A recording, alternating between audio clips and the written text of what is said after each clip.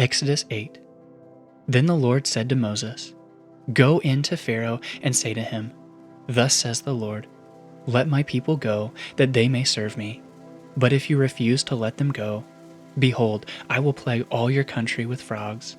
The Nile shall swarm with frogs, that shall come up into your house, and into your bedroom, and on your bed, and into the houses of your servants and your people, and into your ovens and your kneading bowls. The frog shall come up on you, and on your people, and on your servants.' And the Lord said to Moses, 'Say to Aaron, stretch out your hand with your staff over the rivers, over the canals, and over the pools, and make frogs come up on the land of Egypt.' So Aaron stretched out his hand over the waters of Egypt, and the frogs came up and covered the land of Egypt.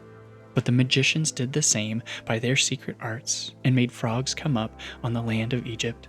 Then Pharaoh called Moses and Aaron and said, 'Plead with the Lord to take away the frogs from me and from my people, and I will let the people go to sacrifice to the Lord.' Moses said to Pharaoh, 'Be pleased to command me, when I am to plead for you and for your servants and for your people, that the frogs be cut off from you and your houses and be left only in the Nile.' And he said, 'Tomorrow.' Moses said, 'Be it as you say, so that you may know that there is no one like the Lord our God.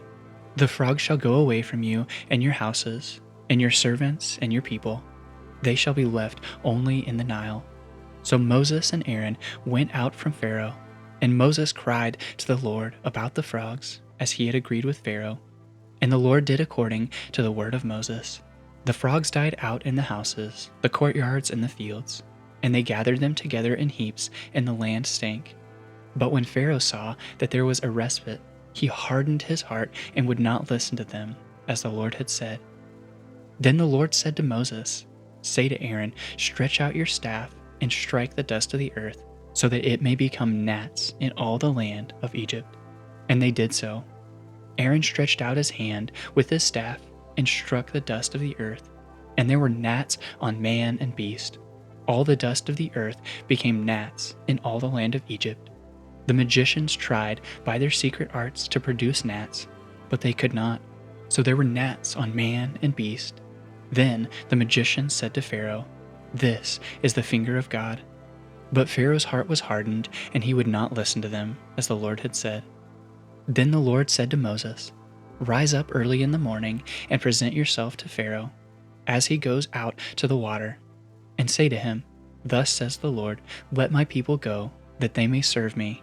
Or else, if you will not let my people go, behold, I will send swarms of flies on you, and your servants, and your people, and into your houses, and the houses of the Egyptians shall be filled with swarms of flies, and also the ground on which they stand. But on that day I will set apart the land of Goshen, where my people dwell, so that no swarms of flies shall be there, that you may know that I am the Lord in the midst of the earth. Thus I will put a division between my people and your people. Tomorrow this sign shall happen.' And the Lord did so. There came great swarms of flies into the house of Pharaoh, and into his servants' houses. Throughout all the land of Egypt, the land was ruined by the swarms of flies. Then Pharaoh called Moses and Aaron and said, 'Go sacrifice to your God within the land.' But Moses said it would not be right to do so, for the offerings we shall sacrifice to the Lord our God are an abomination to the Egyptians. If we sacrifice offerings abominable to the Egyptians before their eyes, will they not stone us? We must go 3 days' journey into the wilderness and sacrifice to the Lord our God, as he tells us.' So Pharaoh said, 'I will let you go and sacrifice to the Lord your God in the wilderness. Only you must not go very far away.